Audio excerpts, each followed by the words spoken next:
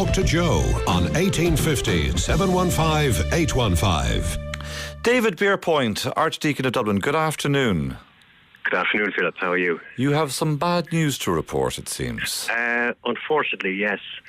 St Michan's Church in Church Street in Dublin was broken into at the weekend, and the culprits, whoever they are, broke into the vault, and one of our, a number of our bodies were destroyed, including the 800-year-old crusader who was quite a big tourist attraction. They turned his body round and they messed about with it, and then they've severed his head and they've removed his head and it's disappeared. They took it away with them? Well, it's not in the grounds. The guards are here and it's not in the grounds and it's not anywhere else, so we can only assume they've taken it with them. Oh my God, David.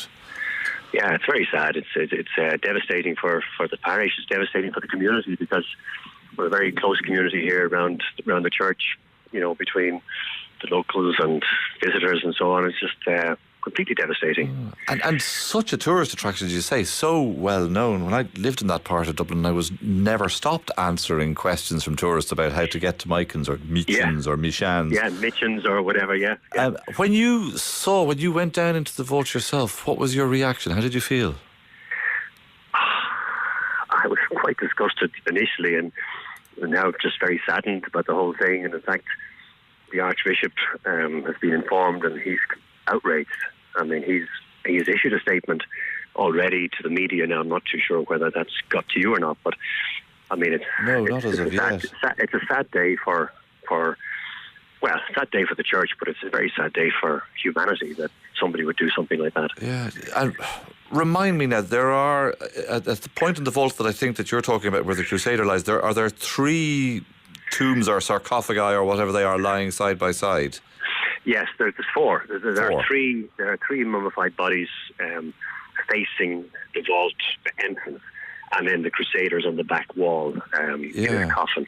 And were the others damaged in the same way that the crusader was?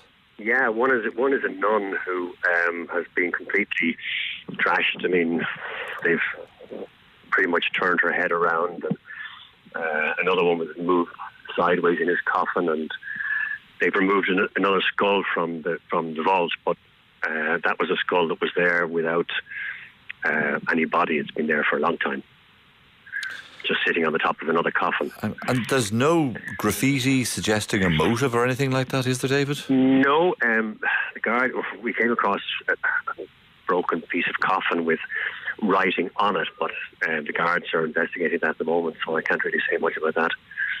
And that might possibly suggest a motive, would it? Well, we don't know. We don't even know. I couldn't quite make out what it said, but the guards have been fingerprinting and photographing and stuff. So, but in the same vault, it's the Hamilton family vault.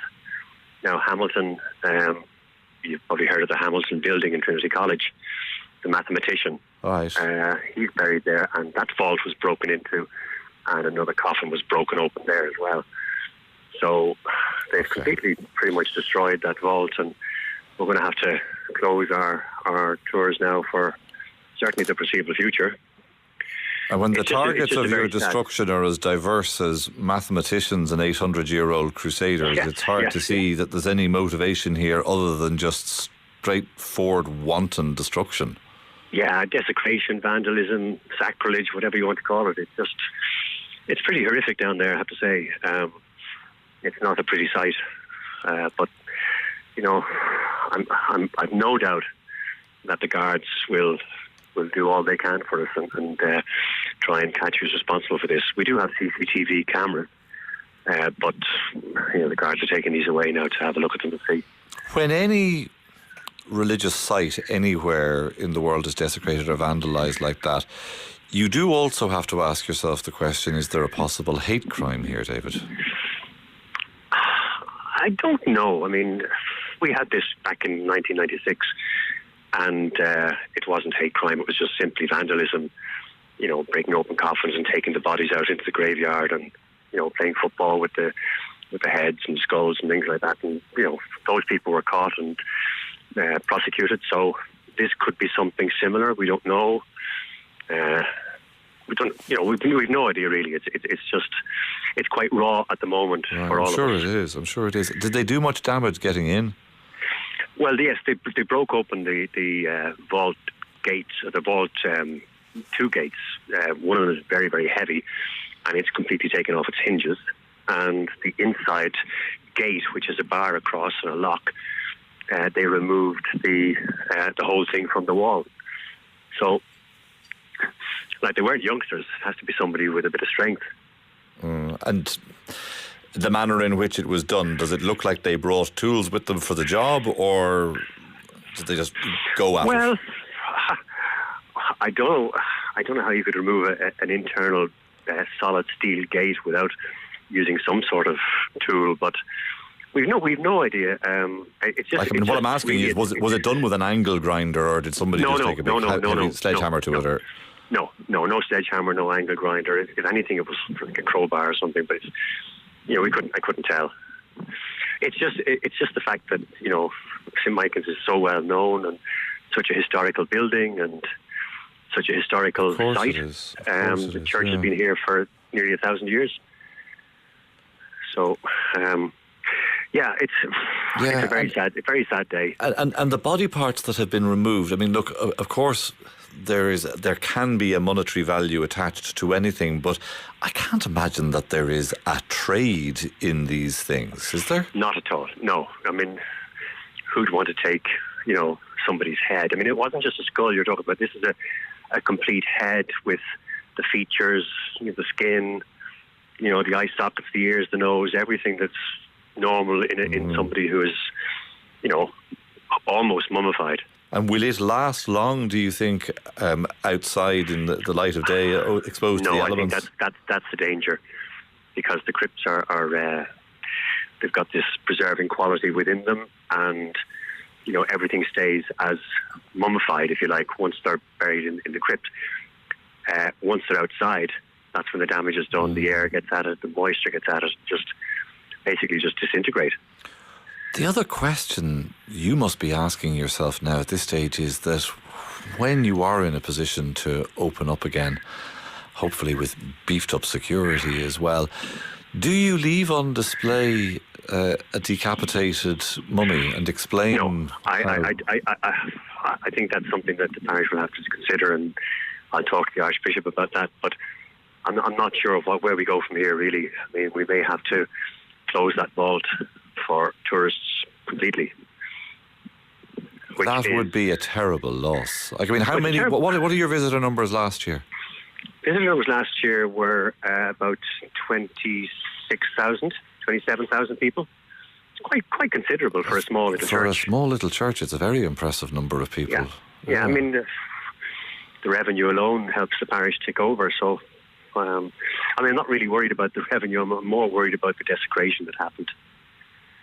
I'm just so saddened. Isn't it 20 or more years since this last happened to you? Yes, 1996, my first year here. Oh, was it really? Okay. Yeah, and that was pretty bad. But we closed that vault completely. That was sealed up and reconsecrated by the then Archbishop. So it's now sealed completely, and nobody goes near that. Nobody was completely sealed up. So the options that you're looking at now, David, are that it might just be the case that Michan's opens for services, for worship. Services and people to come and visit the church itself, because it's been on the site for almost 1,000 years, but we just don't know.